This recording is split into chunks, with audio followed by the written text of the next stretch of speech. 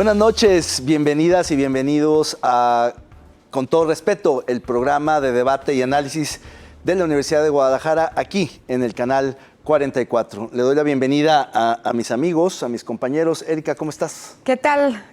Buena tarde, buena noche, dependiendo de la hora en la que nos sintonice. Pues muchos temas el día de hoy por discutir. Diego, bienvenido. Erika, qué gusto. David, Jaime. Pues sí, otra semana más que está calientito el ambiente. Sí. No solo empieza a subir la temperatura en términos de el solecito, la primavera que ya se acerca, sino los temas políticos, Jaime. Temas políticos y temas que tienen que ver también con la crisis humanitaria que tenemos aquí en el Estado, todo el tema de los desaparecidos que se ha mostrado con una crudeza inédita con esta historia de Teuchitlán.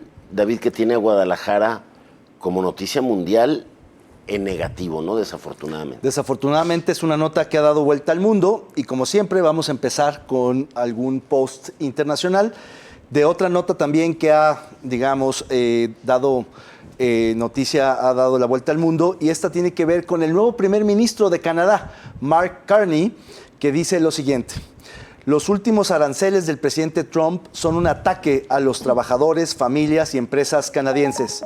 Mi gobierno asegurará que nuestra respuesta tenga el máximo impacto en los Estados Unidos y un impacto mínimo aquí en Canadá, mientras que apoyar a los trabajadores afectados.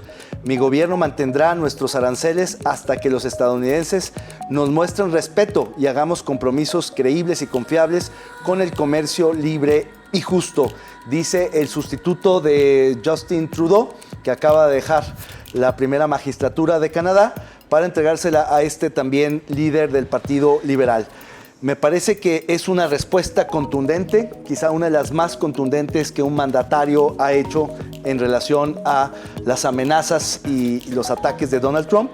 Sin embargo, me parece que hay, digamos, un error incluso gramatical, de expresión que tiene que ver con hablar de los estadounidenses, cuando en realidad tendría que referirse al gobierno estadounidense y quizá más particularmente al presidente Trump, porque ya hay una suerte como de malestar y de tensión entre canadienses y estadounidenses, no solo entre el gobierno de Washington y el gobierno de Ottawa, sino que ya hay una tensión porque pues están dividiendo pueblos que históricamente han sido muy cercanos. Hay que recordarlo, discutíamos, Jaime, que para cruzar de Estados Unidos a Canadá y viceversa, pues prácticamente hasta hace poco no se necesitaba ni pasaporte ni pasar por ninguna garita, era casi libre el paso, y lo mismo con las mercancías, y hoy están a unos niveles de amenazas que incluso el propio Trump redobló la amenaza y dijo que impondría aranceles de hasta el 50% en acero y aluminio. Diego, ¿cómo ves? A ver, primero yo creo que el gran contexto aquí es que antes de asumir el liderazgo del Partido Liberal, Justin Trudeau llamó a elecciones, ¿no? Entonces ya hay un llamado a elecciones y el candidato, o sea, el líder de los liberales es McCartney y está en campaña, ¿no? Entonces, creo que es una pésima noticia para México porque el TLC está en medio, otra vez, de un fuego político, ¿no? De un rejuego político donde McCartney lo que está haciendo es jugar para la tribuna, ¿no?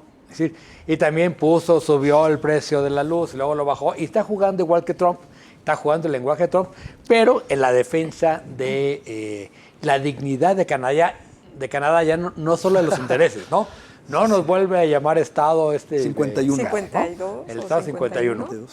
Entonces, creo que eso explica un poco el tono beligerante. Lo que sí están acabando con las bolsas, ¿eh? Traen al mundo hecho un camote por estas tonterías, ¿no? Sí, están en una guerra política, no solo comercial. El incumplimiento de Trump del Tratado de Libre Comercio tensionó mucho más la relación con Canadá que con México por la estrategia de cabeza fría de la presidenta Claudia Sheinbaum, que viendo el broncón que traen Estados Unidos y Canadá, pues se valora más. Yo pensé que la llegada de este nuevo líder del Partido Liberal en Canadá iba a distensionar un poco la bronca que dejó Trudeau y Trump, o sea, la bronca que traían Trudeau y Trump, no. Pero pues llegó con la misma inercia y lo que hizo fue pues que Trump en vez de 25 ahora les cobre 50% a los aranceles del aluminio y del acero. O sea, ahí sí está desatada ya una guerra comercial que desde luego tiene repercusiones planetarias. Bueno, una guerra comercial todavía en dichos dimes y diretes, porque todavía no se imponen los aranceles como tales. Vamos a ver si realmente se entra en efecto. ¿Tú cómo estás viendo esta tensión también desde la perspectiva mexicana con la presidenta que ha tenido otra estrategia muy distinta? Pues mira, yo lo que he sabido de Carney, hasta donde entiendo, es que, bueno, todo el mundo le dice que es de banquero a primer ministro, ¿no? Porque se dedicó a administrar el Banco de Canadá durante un periodo de tiempo. Y el de Inglaterra. Y después de ahí se fue a Inglaterra y le tocó vivir el Brexit, lo cual habla un poco del perfil que tiene como para poder atender y sortear en cierta medida las crisis, ¿no? Es decir, no les ajeno el asunto. Lo que también sabemos es que al haber llamado Trudeau a elecciones y al estar ahí él ya como elegido, tiene la obligación él también de llamar a un proceso electoral que, dicho sea de paso, quieren el 86% de los canadienses, porque él no es parlamentario, lo cual significa que no tiene ni voz ni voto en el Parlamento. Entonces, en tanto no pueda tener voz y voto a través de un proceso electoral, pues tiene que llamar a ese proceso y entonces la historia estará por redefinirse, ¿no? Entiendo que haya salido con un tuit en este sentido al principio, pero me parece que habría que ver en las próximas semanas cómo lo modula. Yo creo que va a tender a modularlo un poco. De entrada, el gobernador, uno de los gobernadores que había dicho que le iba a poner 50% de arancel a la electricidad que les da a los norteamericanos, ya dijo no, bueno, siempre no, 25, y al rato va a decir 10 y al rato va a decir nada, ¿no? Es decir, igual que Trump. Esto se ha vuelto un juego de locura entre hoy te lo pongo, mañana te lo quito, hoy te lo pongo, mañana te lo quito, y mientras ¿Pensarán tanto, que están pues, jugando RIS con los dados? Okay. No tengo la menor idea, de verdad, pero me parece que ya de pronto también es un juego riesgoso. Pareciera como el Pedro y el Lobo, ¿te acuerdas? No, tiene implicaciones, claro. Que de tanto decirlo, ahí viene el arancel, ahí viene el arancel, ahí viene el arancel, pues nomás no viene nada. Y en tanto, creo que las discusiones cotidianas de ambos pueblos o de ambas personas, tanto las y los canadienses como las y los mexicanos, no están en la sintonía de los aranceles, ¿no? Están en otra lógica. Exacto. Estamos como discutiendo otras cosas, en otras lógicas. Me atrevería a cuestionar un poco qué es lo que la sociedad concibe como un arancel, si lo entiende, si conoce del impacto cotidiano que puede tener o no en sus vidas, como para dimensionarlo desde una lógica distinta. Justo en este momento creo que los gobiernos están hablando un lenguaje que las sociedades no están discutiendo, ¿no? Y tampoco están hablando. Las y los norteamericanos están luchando por sus libertades y por sus derechos, porque no retrocedan en lo que habían ganado en el matrimonio igualitario, en la presencia de las comunidades diversas, en el derecho al aborto. Es decir, las discusiones que estamos dando son diferenciadas y me parece un juego muy político que en algún momento tendrá que dialogar de una manera diferente con la gente que gobierna, ¿no? Es una percepción. Claro, pues vamos a ver qué sucede con este episodio con Canadá. Está abierto la misma discusión con México y con muchos países. China, Corea también tuvo una reacción fuerte de su presidente interino que pues de pronto también le avisaron que todas las exportaciones de su país iban a tener aranceles muy altos. En fin, Trump ha estado repartiendo parejo. Bueno, pues ahora vamos a ver otro tuit. Bueno, China más grave, acuérdate que le dijo, ¿de cuál guerra quieres? Para todas tengo. Claro, bueno, claro, China sí, es un monstruo, ¿no? Pero ese estuvo terrible. lo interesante del fenómeno Trump es que no discrimina entre aliados y adversarios. Le está poniendo aranceles incluso más altos a los aliados. Aliados que los adversarios, sí. A Europa, trata Rusia, fatal, no. Trata fatal a Europa, México y a Canadá. Y a Rusia lo trata así con pincitas, ¿no? Sí. Sí. Con la India ni se mete. Con la India ni se mete, con China duro, pero con Corea más duro, con Japón no. Es extrañísimo el comportamiento, es errático el comportamiento de Trump. Bueno, Pues tan depende errático de que cómo ya se- otra vez anda a partir de un piñón, como dirían los españoles, con Zelensky, ¿no? Sí. ¿sí? Y ya amenazó también a Putin con ponerle aranceles. Es decir, está jugando Risk, ¿no? Sí, parece, Tremendo. parece que sí. Y hablando de cuestiones de riesgo, vamos a ver este tweet a propósito de lo que ocurrió y que afectó a este set, a este programa hace un año. Dice Omar García, ¿qué le pasó a Jaime Barrera? Crónica y análisis de sentimientos. Esta es la historia del rapto que sufrió Jaime Barrera el 11 de marzo de 2024. Pero también es la historia de cómo la información incompleta, errónea y sin verificar puede ocasionar una psicosis social y el desprestigio de los periodistas, y muchas veces alentada por las propias autoridades. Se trata de un texto de Cris Zapotlán y el propio Omar García a un año del plagio que conmocionó a la sociedad jalisciense. Jaime, pues sí, hace un año en este mismo set, Erika Loyo tuvo la idea, la propuesta, la iniciativa de dejar tu silla vacía el martes que tocaba programa aquí para que el estuvieras 12. presente en tu ausencia. Fue el lunes, ¿verdad? El Que 11. era el martes 12. Sí, bueno, el año pasado, el día 11 de marzo, cayó en lunes. Estábamos empezando la semana. Salí de mi programa de radio de 1 a 2. Era de 1 a 2, ahora es más temprano. Ahora es las 6:30 de la mañana. Ah, bueno. Qué bueno. Pero era de 1 a 2. Entonces, saliendo del programa, pues me llevé esa sorpresa. Hace un año a esta hora, pues vivía las horas más inciertas y horribles de mi vida, ¿no? Porque pues yo no sabía si iba a regresar. Afortunadamente y por un milagro, tuve esa fortuna que otros colegas no han tenido y que lamento muchísimo. Pero bueno, fue un ejemplo del riesgo del ejercicio, del riesgo que corremos todos los que nos dedicamos al ejercicio periodístico. Ha sido un año complicado en donde he tratado de procesar con la ayuda de mucha gente, con la solidaridad de mucha gente, esa experiencia terrible y tratando de pues, no suspender mi actividad y el periodismo, pues que es mi pasión. Yo le agradezco a Omar este trabajo. Conversamos hace unos meses, reconstruimos algunas cosas que están reflejadas en ese texto.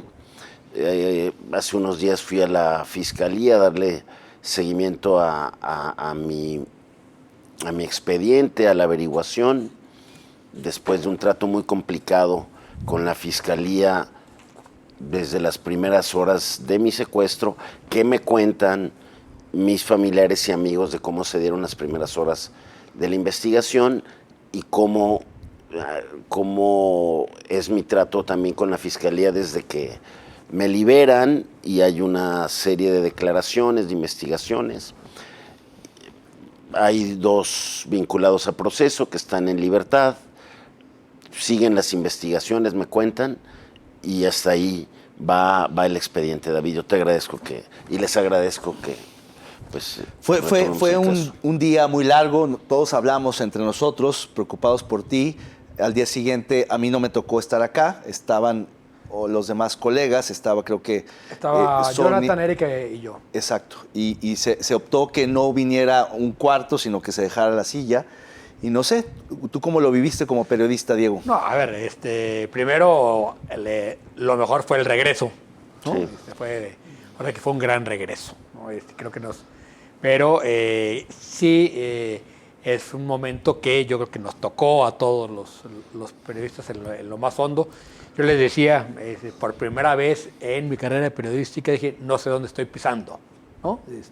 Por primera vez, de veras, desde el 87, ¿no? Nunca había sentido lo que sentí hace un año cuando pues alguien tan cercano como tú de repente era levantado de esa manera. Fueron horas terribles, claro, mucho más para ti que para cualquiera y tu familia, que para cualquier otro, pero que sí cambiaron, creo yo, el periodismo en Jalisco, ¿no? Claramente se rompió sentimiento de libertad con el que habíamos venido operando desde muchísimos años antes. crecimos juntos, tú y yo, en esa generación, y la verdad es que nunca, en esos, desde los 80 para acá, que empezamos en este circo, nunca habíamos sentido que algo se rompía, y hace un año sí se rompió. Sí, sí, sí. De hecho, hubo una manifestación enorme, impresionantemente solidaria, Erika, donde efectivamente hubo una psicosis social, hubo una preocupación compartida entre muchos. ¿Recuerdas, Erika? Sí, mira, yo solo quiero decir un par de cosas porque creo que escuchar a Jaime ha sido, durante todos estos meses que te hemos escuchado en muchos espacios, hoy lo haces valientemente de frente a nuestro auditorio. Muchas gracias por eso. No. Y yo solo quiero decirte bienvenido a esta nueva vida. Te hemos visto regresar y te hemos visto este último año levantarte, crecer, alimentarte de cosas distintas, avanzar en todos tus procesos psicológicos y volver a la fortaleza que tenías antes, pero desde una manera diferente. Así es que pues hoy celebramos tu nueva vida. Gracias por las flores. Sí, le doctora. trajimos flores de parte de todo el equipo. Muchas porque gracias. había que celebrar. Así es que nada, hay que celebrarlo siempre. Y dijo, las flores no nomás habladitas, que las traigan de verdad. Dijo. No, y la botella que le debemos también a Jaime. Sí, después, Sí, esa sí. después nos la tomamos, así es que, No, que y- vengan muchos por delante con Bueno, paz. aprovechar la referencia, gracias. Gracias a todo el equipo. Y bueno, aprovechar para agradecer toda la solidaridad de toda la gente. La verdad que cuando regresé y vi, la verdad, bueno, pues no me queda más que agradecer de nuevo de todo corazón. Pues aquí estamos todos completos con todo respeto. Volvemos, vamos a un corte comercial, regresamos.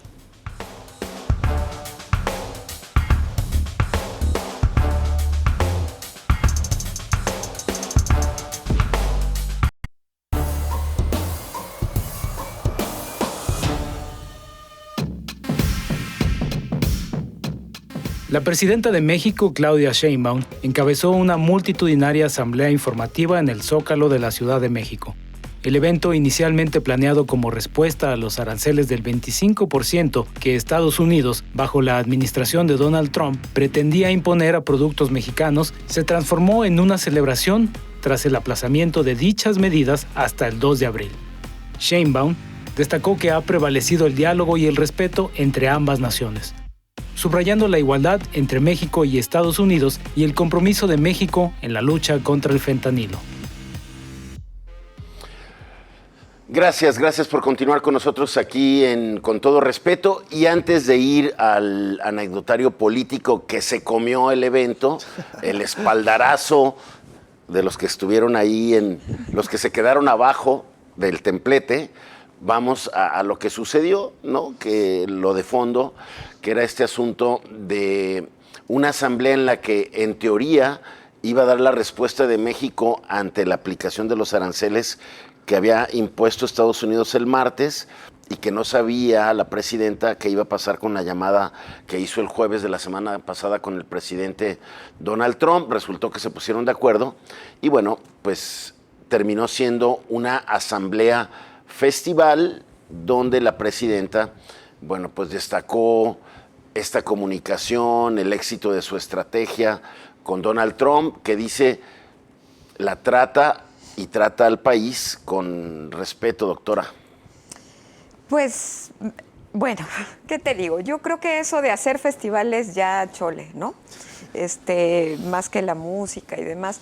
Entiendo que había gente que le decía que mejor cancelara el mensaje porque pues ya no había nada que decir después del un mes más de plazo que nos ponían y ella creo que sabiamente decidió seguir con el evento porque es muy difícil cancelar algo que implica la movilización de tanta gente, ¿no?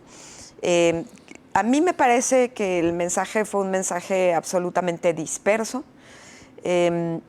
Lamento mucho que la presidenta o que en torno alrededor de esto, con la emergencia de todo lo que ocurre en Teuchitlán, lamento muchísimo que la presidenta haya hecho un llamado a defender a la patria cuando la patria está rota.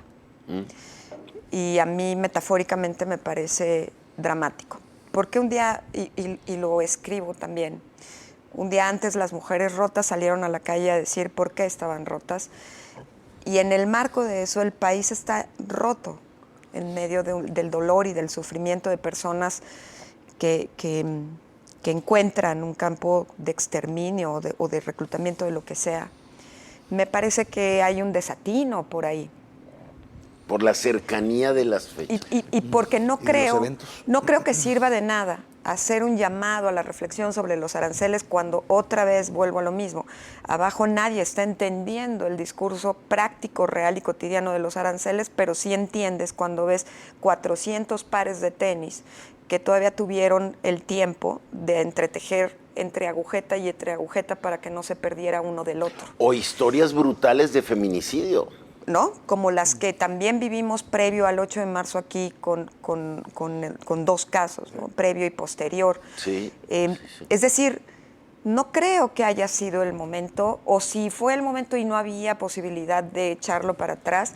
Ya estaban comprando los frutis, pues. El mensaje debía de haber sido diferente, porque además debió de haber aprovechado que tenía justo atrás de él a todas las gobernadoras y todos los gobernadores del estado, de los estados, que es un mensaje muy potente para fortalecer lo que ella necesita que hagan para el país en la condición en la que está.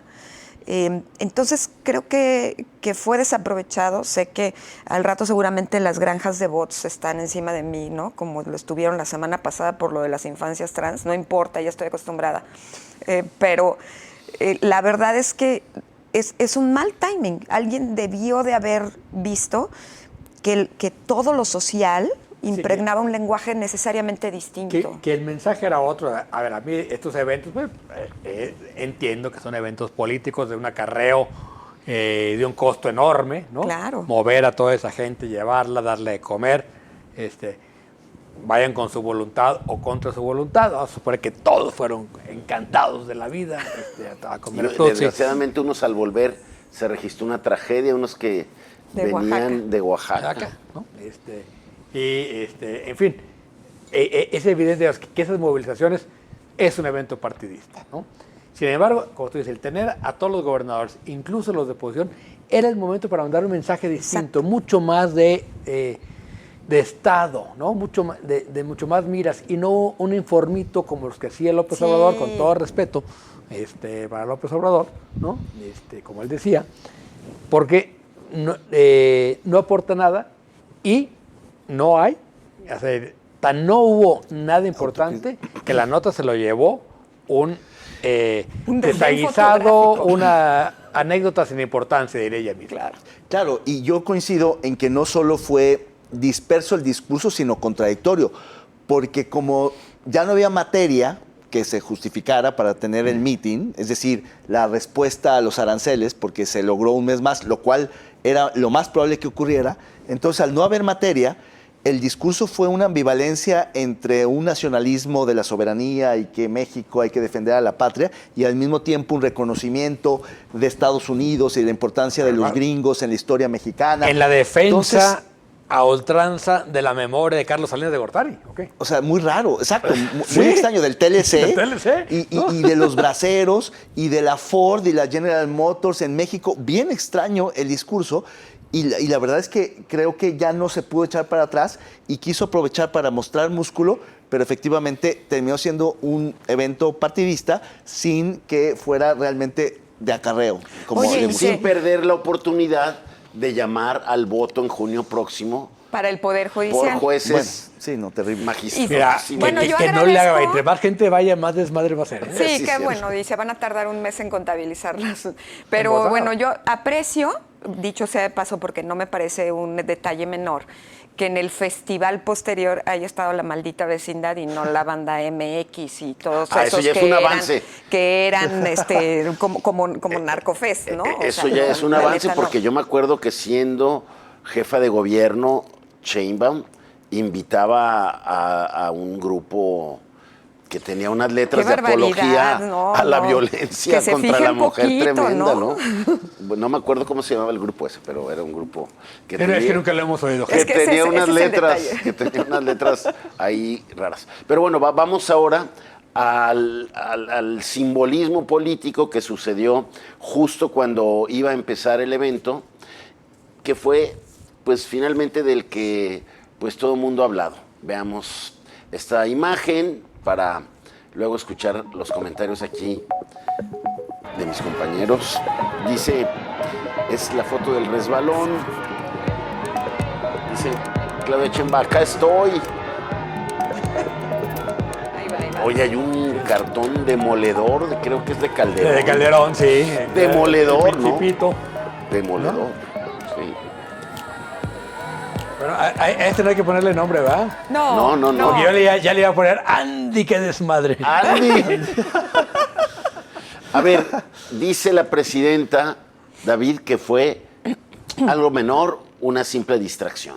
Claro, pero la respuesta o la disculpa que pidieron todos fue excesiva, denota que algo más en serio. Denota culpabilidad. Sí, claro, porque quizá era suficiente un mensaje en corto. Denota que la vieron pero enojadísima. subirlo a Twitter, a X, me parece que es un exceso. De hecho, ellos mismos hicieron más grande el episodio y la anécdota. Creo que no debió haber pasado de eso, pero justo se hizo Algunas lecturas, Diego, estaban enojados porque los dejaron abajo, porque no les dieron silla acá en el estrado.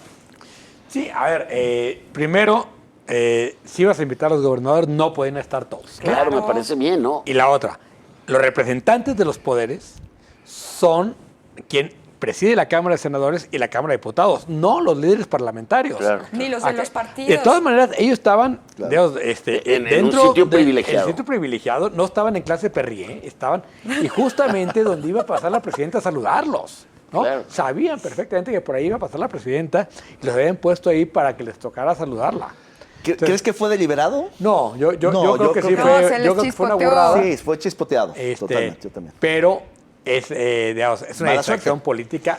No es mala suerte, es una distracción política. Sí, o sea, Bueno, la que se sirve ve- para 1000 lecturas, doctor. La que se ve muy preocupada, cuando ves las imágenes bien, es Luisa María Alcalde. No, bueno, ella se... Pero terriblemente preocupada. Quiere ir a alcanzar. O sea, y ya cuando ve que se va, está como, ¿qué hicimos? ¿Qué pasó aquí? Pero a ver, ¿no? sea distracción o no, con lo que podemos concluir es que ese grupo, junto con Al tiempo, el el antecesor de la presidenta, son los que tienen la mayor parte de los espacios de poder en el gobierno. Y son los que están cambiando los puntos y las comas de la iniciativa de la y son Exactamente. los que ya no actúan como antes, cuando no se le Son cambiaba una coma. Los que le votaron a su presidente de la Comisión Nacional de Derechos Humanos y son los que vetaron la ley Del nepotismo. Efectivamente, eso es Sí. un hecho, sea distracción o no.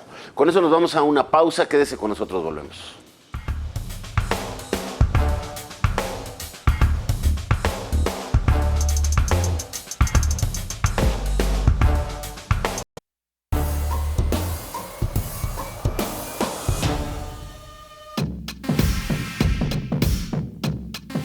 El 8 de marzo de 2025, miles de mujeres se movilizaron en Guadalajara y diversas ciudades de México para conmemorar el Día Internacional de la Mujer.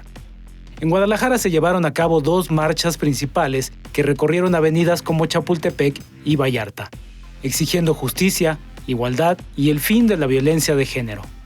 Quedan pendientes, sobre todo en la marcada impunidad en materia de violencia de género y feminicidios. Pues sí, marchas multitudinarias en muchas ciudades del país y por supuesto en Guadalajara, 2 marchas, distintos contingentes, muchos reclamos, muchas, digamos, protestas, pero una sola causa, el de las mujeres en las calles. Erika, tú estuviste ahí presente, cuéntanos. Cada año. Mira, a mí siempre me sorprende ver año con año desde el 2020, digamos, cada vez más y más y más mujeres y niñas y mujeres jóvenes que se adhieren a los contingentes de una manera sana, respetuosa, desde su propio espacio, desde su propio cuerpo político, digámoslo así, ¿no? Como sujetos políticos. A mí esa parte me sorprende siempre muchísimo, políticamente hablando, creo que hay una distinción del gobierno anterior con relación a este al no colocar vallas ni poner sacos o ensacar a las esculturas como lo hizo Pablo Lemus, el gobernador Alfaro en administraciones anteriores. Me parece que es un buen mensaje que distingue a una administración de otra, no sin antes decir pues que evidentemente esta marcha, como es la primera marcha que le toca tanto a Pablo Lemus como a todos sus secretarios y secretarias, creo que los agarra un poco descolocados en función de cómo organizar el operativo en términos de una cobertura de las propias ateneas, que les llaman a las mujeres policías y a todos los cuerpos de mujeres bomberas y de todas las personas que estaban ahí para llevar el contingente a buen puerto, pero también prevenir algunas cosas, ¿no? Yo toda la vida he dicho que un vidrio se repone, que la vida de las mujeres nunca regresa. Tan es así que las esculturas tienen seguro, ¿no? Todas las que están en la rectoría de la Universidad de Guadalajara. Y el seguro se encarga de restaurarlas. Y que le quería ver una renovadita de tan re feas. Bueno, le fue en friega a una en específico ya después al licenciado. Tiene sentido, ¿no? Es la primera vez que está ahí y es la primera vez que le toca vivir una marcha desde ahí. Lo lamentamos, ni modo. Entonces, bueno, creo que hubo una falta de pericia para organizar más o menos bien el operativo en ese sentido. Sin embargo, hay que celebrar tres cosas. Uno, no hay una sola vida que lamentar,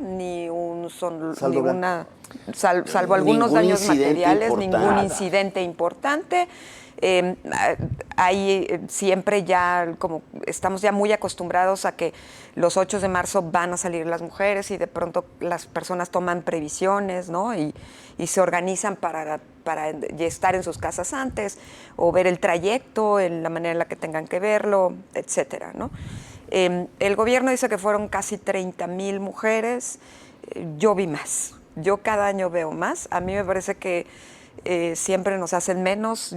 Yo hasta pienso que éramos casi como 45, 50,000 y en México, en el Zócalo, eran casi 300,000.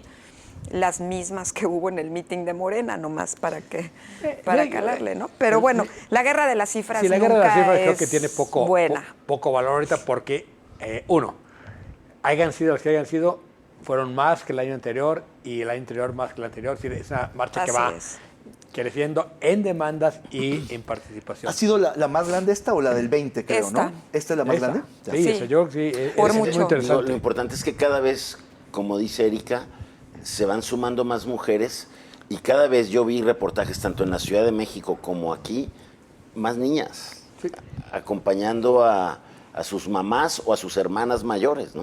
Habrá que valorar el cambio de dirección del contingente. Si tú recuerdas, desde el 2020 hasta el año pasado, el contingente marchaba del Antimonumenta a la Glorieta de las y los desaparecidos, y ahora fue de la Minerva a la Antimonumenta.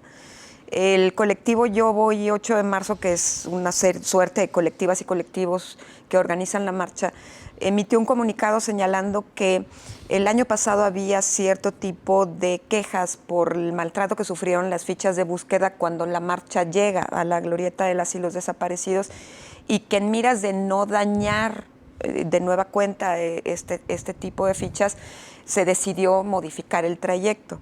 Habría que ver la evaluación que haga el colectivo para saber qué tan bueno o qué tan malo fue y si tiene efectos diferenciados. Me parece que eso es un gran síntoma positivo del respeto a la tragedia de las desapariciones. Claro. Y también que se expresa en cómo es el contingente que encabeza la marcha. Nomás ahora las quejas son del arzobispado.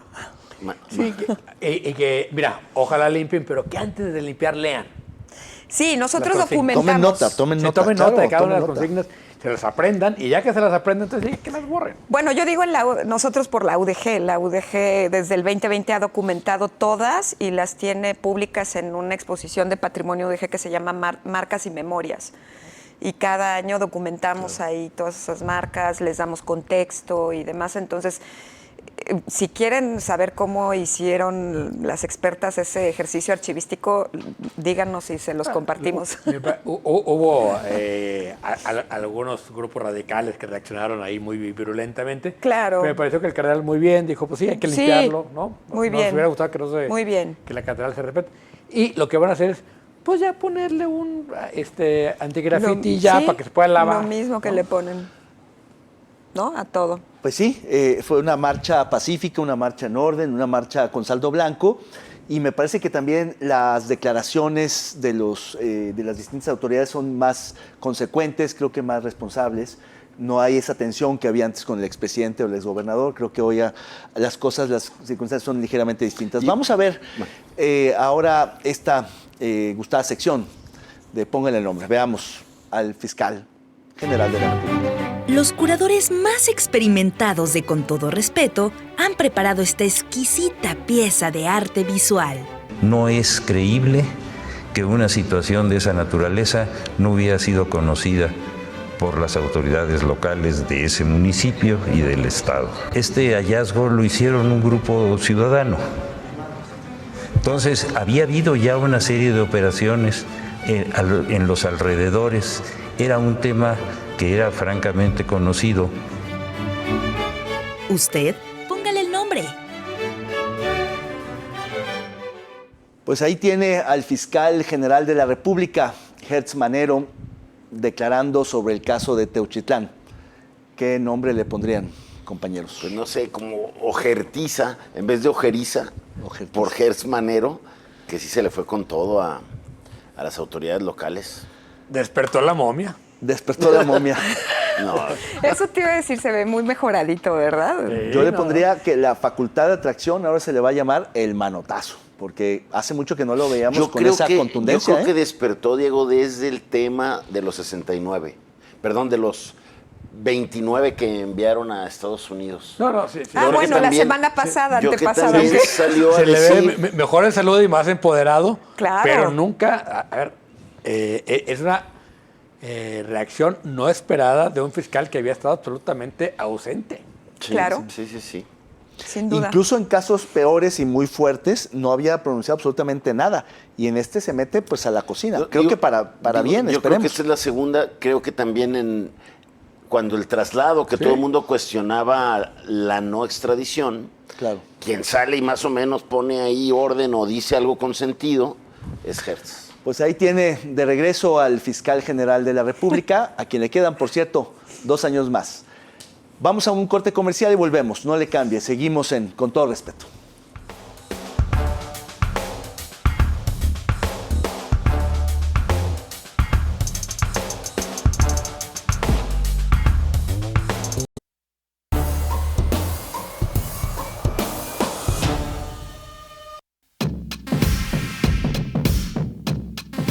El 5 de marzo de 2025, el colectivo Guerreros Buscadores de Jalisco descubrió un presunto campo de exterminio en el rancho Izaguirre, ubicado en La Estanzuela, municipio de Teuchitlán, Jalisco. En el lugar se hallaron 3 crematorios clandestinos, restos óseos calcinados y aproximadamente 400 pares de zapatos, ropa y maletas. Se presume que el sitio era utilizado por el Cártel Jalisco Nueva Generación como centro de adiestramiento y para la desaparición de víctimas.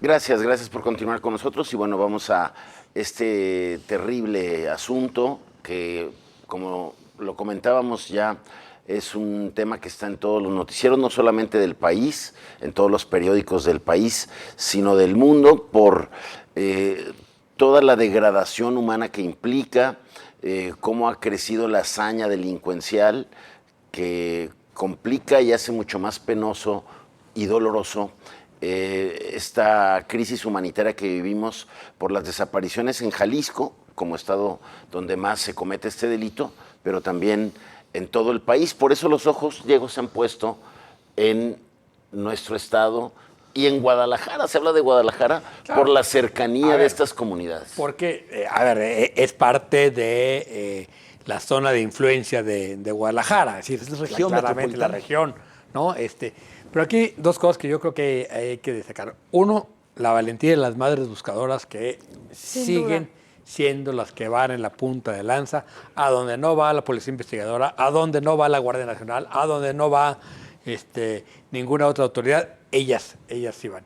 Y la segunda es, hay que empezar a pensar ya el fenómeno de desaparición como algo que está, digamos, absolutamente imbricado en el Estado mexicano. Es decir, la desaparición está siendo la forma en que se está procesando el asesinato de los jóvenes y para que no cuenten como homicidios, ¿no? Y entonces el Estado no tiene ningún interés. Sin evidencia no hay delito. Sin evidencia no hay delito, sin cuerpo no hay homicidio, ¿no?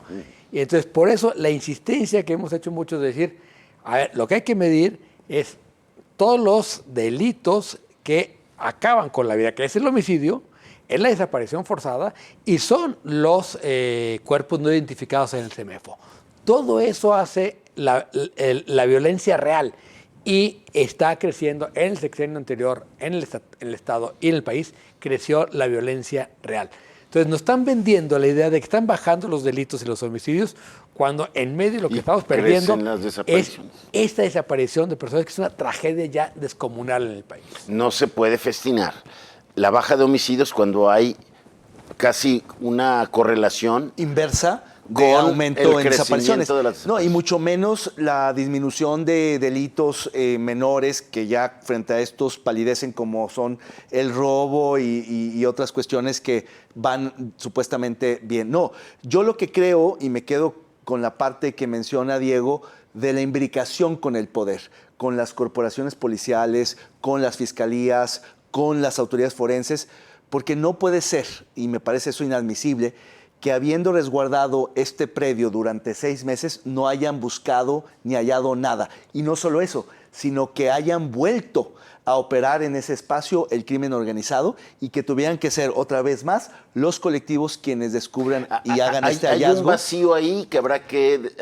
Pero ver. entonces ahí ya no. Habrá que ver si eso es de omisión, septiembre negligencia. que interviene la fiscalía, Claro, que asegura la finca, hasta marzo que regresan las madres buscadoras, si en ese inter volvieron a utilizar delincuencialmente ese predio. Es que creo que lo dices atinadamente, hay un vacío ahí que la autoridad debe de aclarar, quién sabe cuál, si la... Pero está bajo resguardo de la autoridad. Ese es el problema, pero entonces era cómo se resguardó y cómo se abandonó, ¿no? ¿Y quién nos va a dar esa explicación? ¿Los anteriores o el de ahorita? Eso también es otra cosa, ¿no? Ahora, entiendo que, porque hoy escuché una entrevista desgarradora con Gabriela Warketing de Indira, que es la dirigente Indira Navarro de Guerreros Buscadores, que habla sobre las personas que a ella le marcaron por teléfono para avisarle qué era lo que estaba pasando ahí, porque ellos lograron salir vivas o vivos o vives de esos espacios. Ella refiere que le hablan en las madrugadas para contarle, porque es como el único tiempo en el que lo tienen. Son relatos verdaderamente desgarradores. Sí, no hay otra palabra. Y yo creo que eso tiene que ser indispensable para poder colocar no solo el tema que bien ustedes han colocado, sino que este fenómeno de la desaparición ya pasa hacia lo cotidiano. Nadie nos ha hablado, salvo un reportaje de Lauro y de este doctor Ramírez, sobre la forma en la que los reclutamientos se están procesando a nivel cotidiano en el país en general y en esta ciudad. Lo que tiene que ver el tema de la venta de autos o no, lo que tiene que ver los anuncios en qué tipo de redes o no, es decir, está en el gobierno, pero está en la sociedad. ¿Y qué es lo que va a pasar aquí? ¿Quién se va a hacer cargo de esto? Entonces, me parece que hay muchísimas cosas ya que hacer por delante. Mientras tanto, creo que hay que atender un llamado que hace la sociedad civil a que en las plazas públicas el sábado 14 a las 5 de la tarde vayamos en una suerte de silencio, 400 velas, 400 pares de zapatos, que fueron los que encontraron ahí. A ver si eso no puede movernos para que entonces hagamos algo Yo creo que socialmente. la gran diferencia de este caso con anteriores que también han aparecido y sido terribles, el de Lagos, el de Tala, Sí. el de otros, sí. el de en otras partes del país, es que hay imágenes que se volvieron icónicas. Así es. ¿no? O sea, ya aquí el Teochitlán Auschwitz ya se instaló. Ya, Qué ya fuerte. se Qué instaló en el fuerte. imaginario Qué colectivo. Qué fuerte. Los zapatos pero como... eso es lo que estamos viendo a la sociedad. Es esa imagen de los zapatos y las mochilas, ¿no? Y los crematorios, que eran hoyos en el suelo, donde ponían los cuerpos, luego ladrillo y el fuego arriba, ¿no? Para calentar eso. Sí, ojalá que eso lo dimensione la Fiscalía General, porque hoy Hertz dice, bueno, vamos a esperar a ver si hay crematorios, Claro. efectivamente, porque deben de generar unas temperaturas altísimas. A ver, que no espere ver un crematorio industrial ahí. No, son crematorios totalmente artesanales. artesanales. Son artesanales, pero que sí generaron temperatura suficiente para que no haya Claro. posibilidad de que los huesos Sean sean sean identificables. identificables, ¿no? A ver, Lo eso que es me otro decían drama. Es que probablemente van a identificar el número de cuerpos una vez que procesen todos los huesos. Si hay un hueso que se repite 42 veces, A ver, entonces son creo- 42 cuerpos. creo yo que y ese son es otro- 400. otro- Pero nadie sabe cuántos son. Creo que es otro gran drama, que pese a ese hallazgo, no haya esperanza para las familias Sí, sí. de encontrar ahí Sí. paz. Sí. No. O de encontrar ahí el En- acabar con en la esta ropa- incertidumbre. En la ropa puede haber la certeza de que ahí estuvo, no De que murió. No de sea- que no de ya que no esté esté. muerto y menos de que sea Por parte supuesto. de lo que esté ahí. Exactamente. o Pero, dónde- el, o dónde pero el está. hecho de que exista esa imagen de los 400 pares de tenis muy de campo de concentración de la Segunda Guerra Mundial es devastador, porque ciertamente pues, que es el indicio de que efectivamente pues, estuvo en un campo de exterminio o de Ay, sí, reclutamiento del crimen organizado, es decir, ya estuvo en riesgo. No hay esa certeza, pero sí se sabe con toda seguridad que ahí pasó. Eso sí lo pueden saber las madres buscadoras y las madres No, que y están buscando. por eso en el video enseñan prenda por prenda y la talla. Claro, ¿no? y la gente les que- ponía, para que enséñamela otra vez. ¿no? La gente de los buscadores pudieran identificar. ¿no? La descripción, como decía Erika, de los que lograron salir de ese infierno son aterradoras. Sí. Habla como un tema de una guerra por la sobrevivencia, de que sobrevive y se asciende al más sanguinario, al más desalmado. Y que el entrenamiento es para deshumanizar. ¿no? Esto es terrible. Una suerte Por como eso de te digo, gladiadores, ¿no? socialmente. O sea, como los entrenamientos de los gladiadores para deshumanizarlos, desensibilizarlos. socialmente ahí está. En Enloquecerlos. Tala, lo que fue en el de Ahuizculco, lo que narraban era que en quién se quiere ir, ¿no? Y a los que levantaban la mano le decían, órale, se van a pelear entre ustedes, el que gane se va. Y hasta que se mataban todos entre todos. Y no se iba nadie. Un poco lo que se repitió entre los jóvenes de De Lagos de Laguna Moreno, que les aplica la misma, ¿no? Les Tú aplica vas la a misma. matar a tu compañero, ¿no? Sí, bueno, pues un caso que se tiene que indagar a fondo. Ese ya es un anuncio hecho por la Fiscalía General de la República. Habrá que ver cómo se da y a quién llaman a rendir cuentas de por qué en septiembre que se descubrió ese lugar, pues ni siquiera un inventario de la ropa se hizo y se dejó ahí, pues, abandonada. ¿No? Se abandonó el escenario, no se resguardó el lugar, hasta 5 meses después que volvemos a saber de esta historia. Y habría que ir al otro centro de adiestramiento que encontraron como a 7 kilómetros de ahí, donde rescataron a 40 personas. O sea, ¿qué hay ahí Sí, también? Porque sí, de sí. ahí también no se ha sabido nada. En fin, vamos a este otro tema también importante, cómo finalmente se da la votación que rechaza el mandato de la Corte de que pues, el Código de Jalisco reconozca el derecho de las infancias trans a elegir el tema de género en sus actas de nacimiento.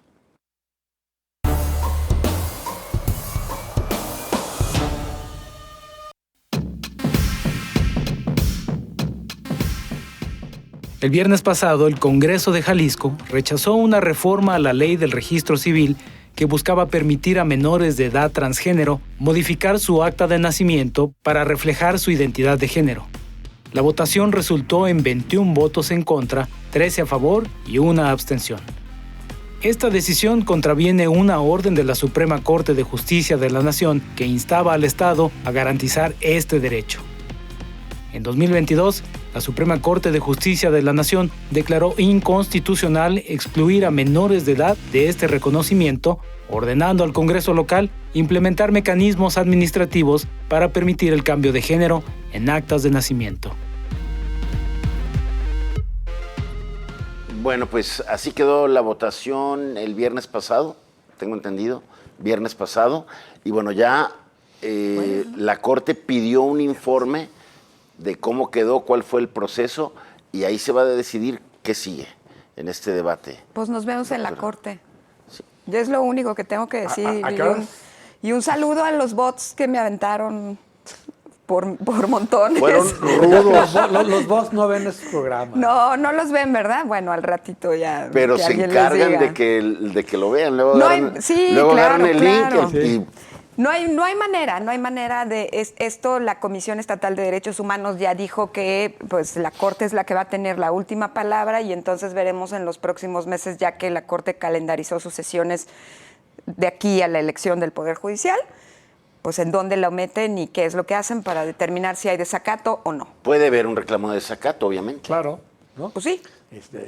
Pero bueno, increíble que se siga pensando en que conceder derechos le resta a alguien más.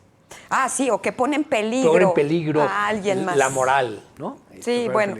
No, es terrible lo que La está línea pasando estuvo ahí. durísima. Durísima, por supuesto, porque es línea política, porque lo que está en juego es la alianza gobernante entre Movimiento Ciudadano, el PAN y el PRI. Pues sí. En realidad, lo que están es un poco concediéndole esta al PAN para que no se les salga el guacal. ¿Qué los estatutos de MC no dicen que son bien libres y bien... Socialdemócratas? No, bueno, yo recuerdo que en el recuerdo que en el Claro. 2020 el propio gobernador Hasta feministas. celebraba que en los registros civiles ya Alfaro. hubiera ese derecho.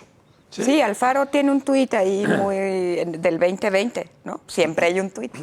Bueno, el pues 22 vamos a ver, cambió de opinión. vamos Ah, a sí, es volver cierto. a este tema una vez que se resuelva en la Corte. Por lo pronto, pues el tiempo se nos ha terminado, no resta más que agradecerles que nos haya acompañado, desearle que tenga una excelente semana y esperarlo aquí en nuestra próxima emisión. Buenas noches.